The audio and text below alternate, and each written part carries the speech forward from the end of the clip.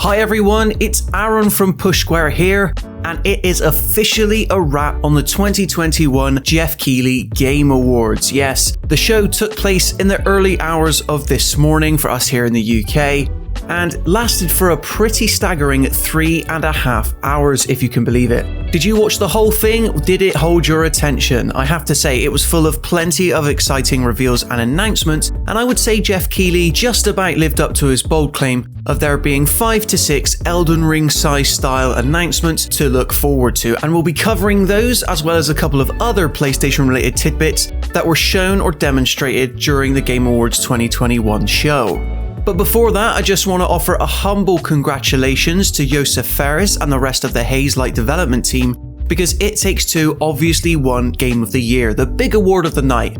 And I have to say, regardless of what your own personal Game of the Year ends up being, I think we can all agree that Josef has come a long way since 2017, when he told the Oscars to F themselves after debuting his unique personality, shall we say, when revealing A Way Out.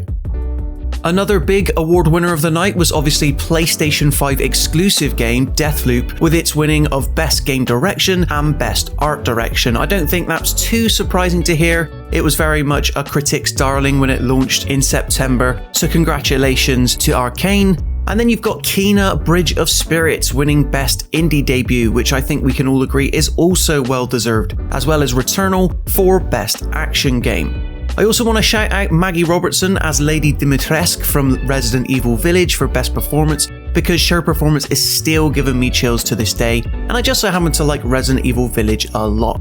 How much? Well, I guess you'll need to wait for the Push Square Game of the Year awards, which are obviously the only ones that matter, at least around these parts. So anyway, let's get into it, all of the major and biggest reveals from the 2021 Game Awards. And starting us off is the official reveal of Quantic Dream's highly rumoured Star Wars game. Not too much was shown explicitly about the characters or indeed story, but the trailer itself was one of the meatiest of the night, and it was more so a tone piece. So we know a couple of things about Quantic Dream's Star Wars game now. We know that it's not a PlayStation exclusive, which is something very different for Quantic Dream. Obviously, they've continued to work with Sony and PlayStation in a second-party capacity ever since Heavy Rain, so they'll be going multi-platform for this one. It's officially called Star Wars ECLIPSE, and the trailer very much leans into that theme of things being hidden, things being overshadowed, particularly the light of the Republic, shall we say. Speaking of which, we now know that Star Wars ECLIPSE will be set during the High Republic era, and that it will indeed be a branching action-adventure game that can be experienced in many ways. That's how they put it in the official press release. I myself have read a couple of the first books to release in the new High Republic era that the Star Wars canon is currently producing, and I have to say it's full of a lot of engaging and original creative characters that kind of moves away from the Skywalker saga, and I'm pleased to see that the game side is also moving down this route, because it means there's a lot less weight and you can kind of play your cards however you like. Star Wars ECLIPSE is now especially one to watch if you're a PlayStation fan, obviously because of the Quantic Dream connection, but also because it marks something a bit different for them. It's primarily being described as an action-adventure, although it does look to still contain some classic David Cage hallmarks, such as branching paths that can influence different outcomes for the story, and the ability to control multiple playable characters. Star Wars ECLIPSE, will the Force be strong with this game? I guess we need to wait a little bit longer to find out. Also confirmed during the Game Awards was the news that Alan Wake 2 would officially be coming sometime in 2023, most notably as a multi-platform title. This obviously differs from the last time we saw Alan Wake originally debut way back during 2010 for the Xbox, but this makes sense because developer Remedy is now fully independent, and this sequel is being published by Epic Games, which you'll obviously know as being a little developer of a game called Fortnite. But Alan Wake 2, no, it got a very atmospheric and evocative reveal trailer. It's all in-engine, unfortunately, so no official gameplay, but it is being teased more as a survival horror game compared to the original's more ghost story-like setup. The trailer shown clearly likes to portray Alan as if he's seen some serious stuff, to the extent that he's actually grown a beard. So Alan Wake 2 Beard Edition coming in 2023 to PlayStation 5. I, for one, cannot wait. One of the biggest surprises of the night, although perhaps there's an argument to say we should have seen it coming, is that Warner Bros. Has now announced an official Wonder Woman DC tie-in game that's coming to PlayStation 5. And who's it being developed by? Well, none other than Monolith Studios, who you'll most likely recognise for their work from Middle-earth Shadow of War and its sequel Shadow of War. This is obviously a bit of a double-edged sword because it means we're not likely to see another game set in the Middle-earth series in quite a while, but having said that, I think the studio's transition from Middle-earth to the world of Wonder Woman makes a lot of sense when you consider that it's still focusing on sword-based combat. Unfortunately, there was no date given for this one, but seeing as Shadow of War came out in 2017, and that this will now be a PlayStation 5 title, there's every chance we could see it within the next 2 years or so, but take that with a pinch of salt because there's still no date attached. Even the trailer itself was just a very atmospheric CG one with a lot of light and shadow, but it does at least confirm that this is its own original universe and that the Wonder Woman shown in the trailer isn't strictly based off of Gal Gadot's portrayal from the movies. Another spooky treat for the night following in Alan Wake's, wake, was the reveal that SLITTERHEAD is soon coming to PlayStation 5. SLITTERHEAD is a horror game from one of Silent Hill's original developers, Keiichiro Toyama, who looks to be returning to his gory side with his new studio, Bokeh Game Studio. The trailer itself doesn't give too much away, but you're pretty much guaranteed to be terrified because the creatures you look to be fighting are none other than mortified and manipulated humans, which are shown splitting and morphing into almost these spider-like creatures. Having said that though, SLITTERHEAD doesn't look to strictly lean in survival horror because the tone of the trailer is very fun and action-centric, and it looks like you'll be lopping off their heads left, right and centre as some sort of dark hero. SLITTERHEAD, colour me intrigued. It looks very different, and different always has potential. If online-orientated co-op shooters are your thing, then you've already probably had your fill in 2021. However, that doesn't look to be slowing down anytime soon, because during the Game Awards it was revealed that Arc Raiders would be releasing as a free-to-play co-op shooter sometime in 2022 on PlayStation 5. The trailer looks a lot of fun, combining elements of gameplay footage as well as some cinematic stuff, even if it does leave us wanting just a little bit in terms of how it will play out in terms of structure. You and friends seem to play as a team of interplanetary explorers of some kind, taking down mechs and robots that have somehow started to run rampant. Luckily, as realistic looking as the footage makes Arc Raiders appear, the trailer showcased lots of shooting, blasting and dodging to the tune of Robin's all-time classic, Dancing on My Own. So Arc Raiders already has at least one win in my book, and I'm excited to see more. It's going to be free to play, right? So you've got nothing to lose. If there was one common theme found throughout the show, it was that Sonic continued to speed his way in all kinds of directions. First by having stars from the new upcoming Sonic the Hedgehog 2 movie, Jim Carrey and Ben Schwartz, actually appear on stage, but secondly, and perhaps most importantly, a trailer for the next mainline Sonic the Hedgehog installment. We now know that it's called Sonic Frontiers, for sure this time, as it's been properly revealed. The trailer we got was super short and entirely CG, but it at least gives us a better idea of what to expect when the game finally launches.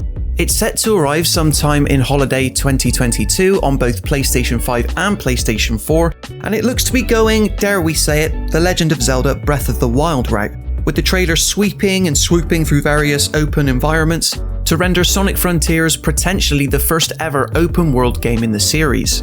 How can we be sure? Well, Sonic even has his own Breath of the Wild style hero shot, where he's perched up on top with the camera swooping around to showcase the various lands beneath him.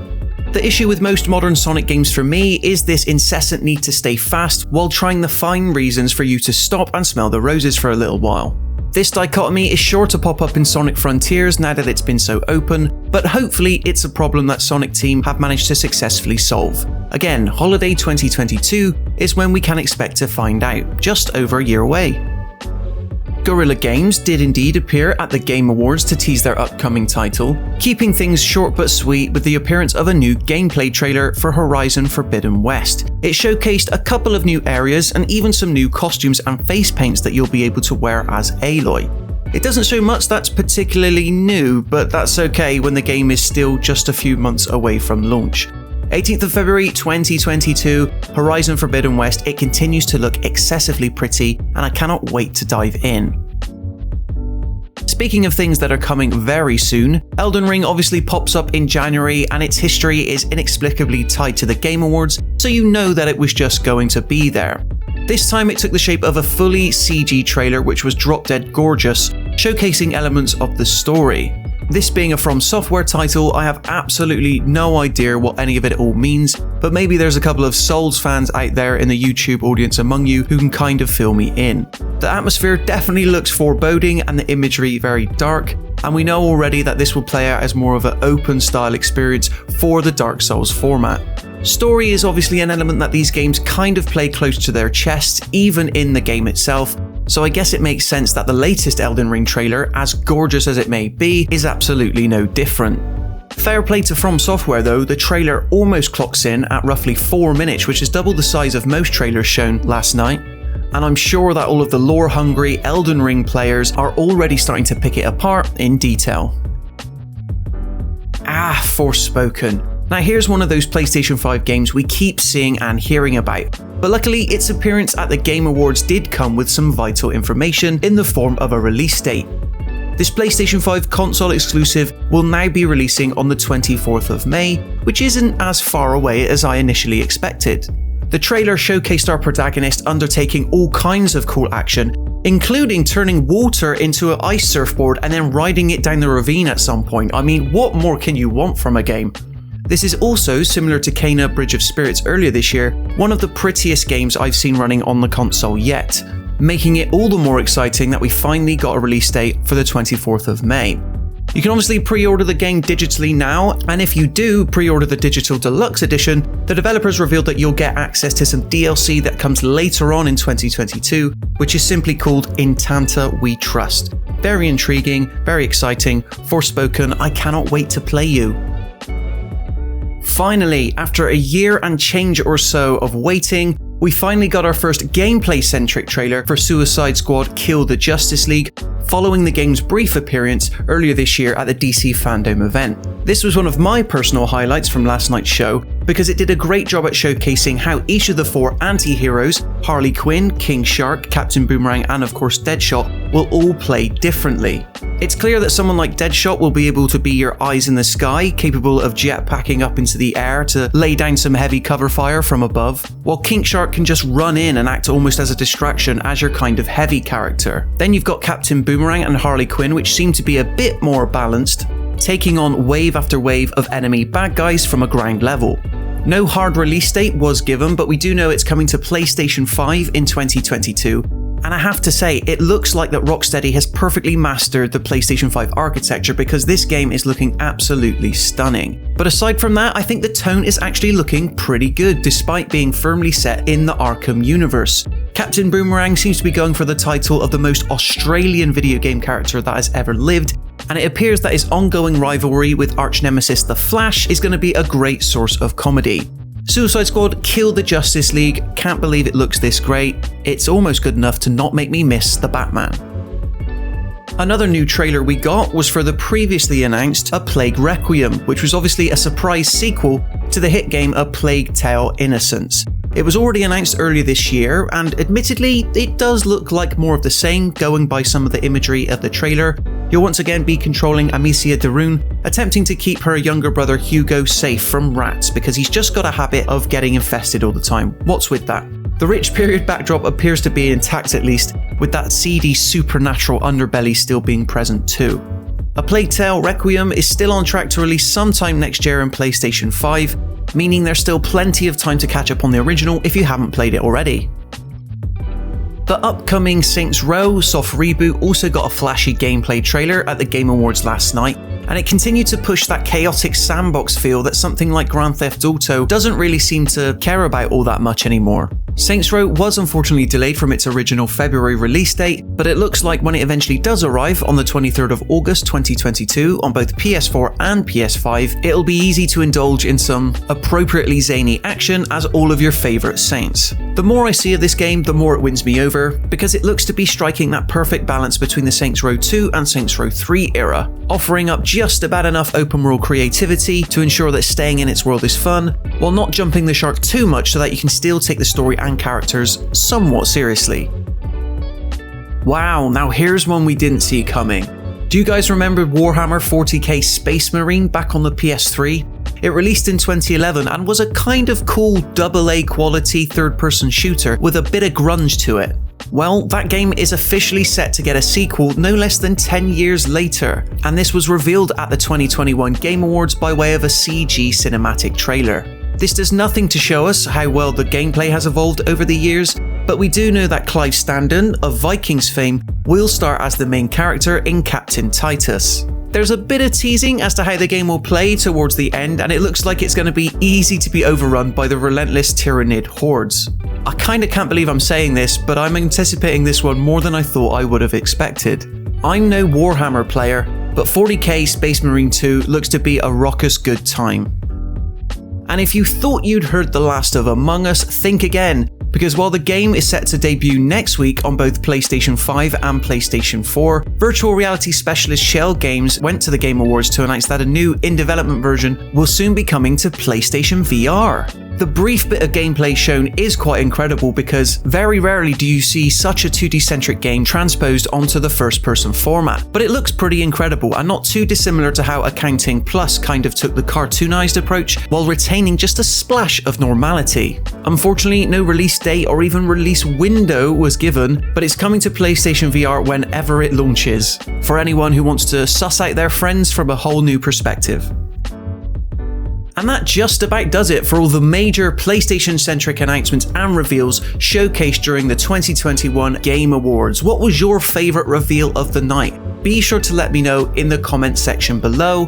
But as I said, there were definitely 5 or 6 little tidbits in there which I personally wasn't expecting, but am now excited for. Forspoken, Suicide Squad, even Warhammer 40k Space Marine 2 I cannot wait to try out. And that's something I didn't imagine myself saying in 2021 of all years. We obviously can't discount how notable it is that Quantic Dream's Star Wars game is indeed real, and the fact that someone like Monolith is taking their third-person action chops onto an official Wonder Woman game.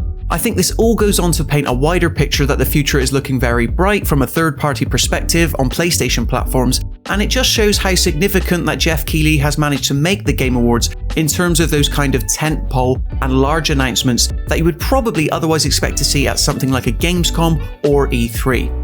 But anyway guys, if you enjoyed this video, be sure to let me know in the comments as mentioned, and then why not show some love by leaving a like. You can also do that more so by subscribing to the Pushware YouTube channel for everything else PlayStation related.